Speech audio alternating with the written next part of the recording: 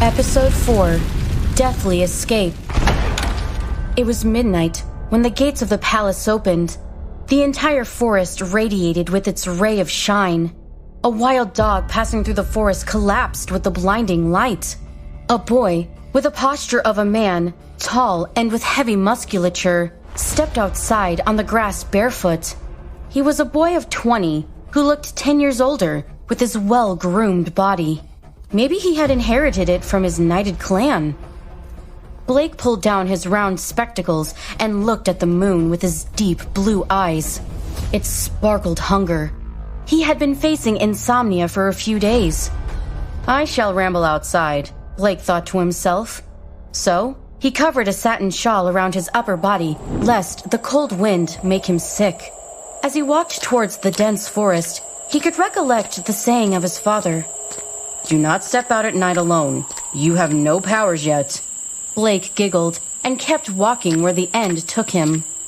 Half an hour had passed, and Blake kept walking through the forest.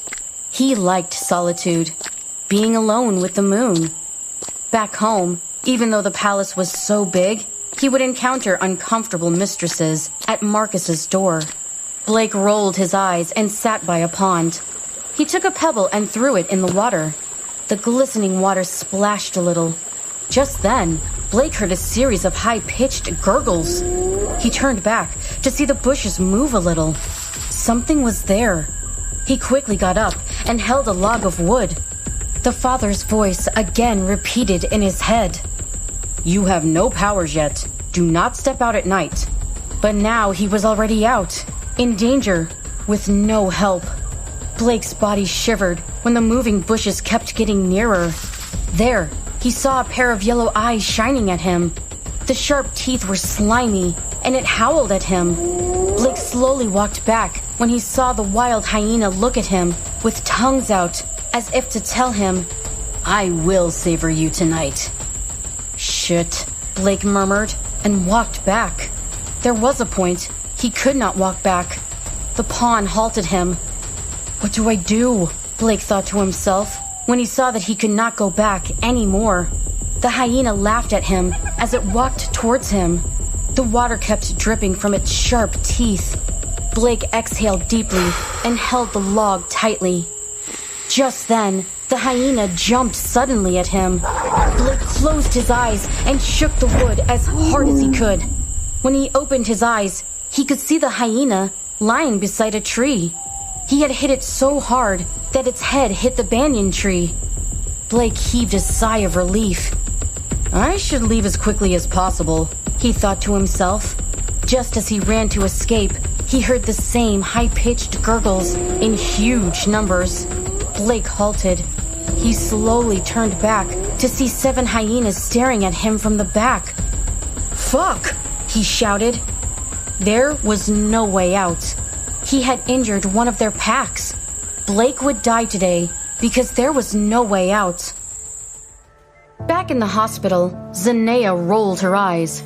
"If I was your mother, I would have snapped so bad." Lily laughed.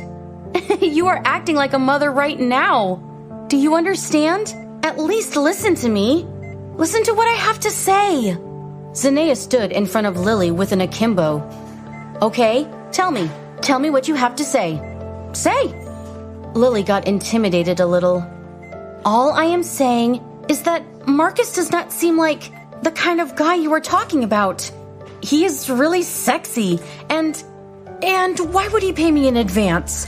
He saved my father's life by paying for his bail in advance. I thought you were right the first time he offered me this, but now it feels right." Zanea was a little tranquil now. She sat on the couch and pulled out her phone.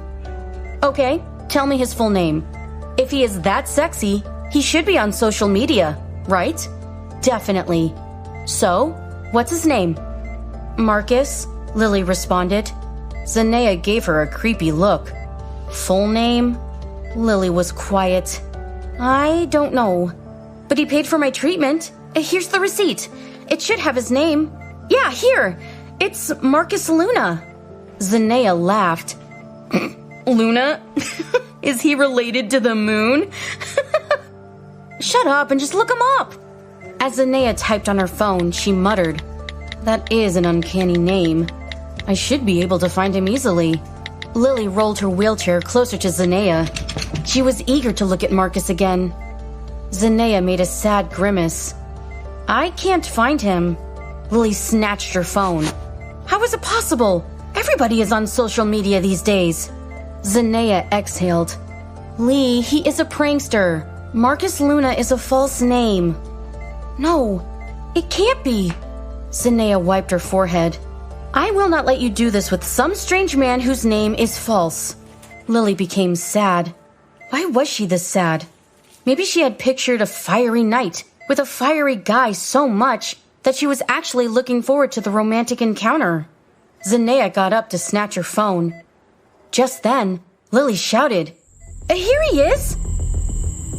In the forest, Blake quivered in fear. He muffled his body with his arms. Please do not hurt me. He opened his mouth to howl, but he had no voice to do that. Unlike his family, Blake had no powers of his own yet. 2 hyenas pranced at him with watery mouths. Just when Blake thought it was his last breath, something came in between.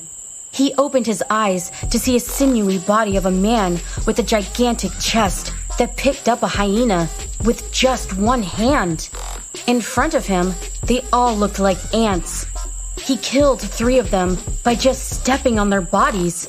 The rest ran away in fear. Blake kept gazing at the man that rescued him with so much elan. When all the hyenas had disappeared, the rescuer turned back. His red eyes shone brightly at Blake. His wolf-like hair flew in the air. Brother, are you all right? He asked in his husky voice. Blake ran to his elder brother. Thanks, Marcus. Marcus caressed his brother and warned him. Do not step out alone at night. Didn't Father warn you before? Blake nodded. He did. Marcus rolled his eyes. Do you know I had to leave 3 sexy gals for this? I would have been banging them had you not gotten yourself in trouble. Blake rolled his eyes when his brother said that.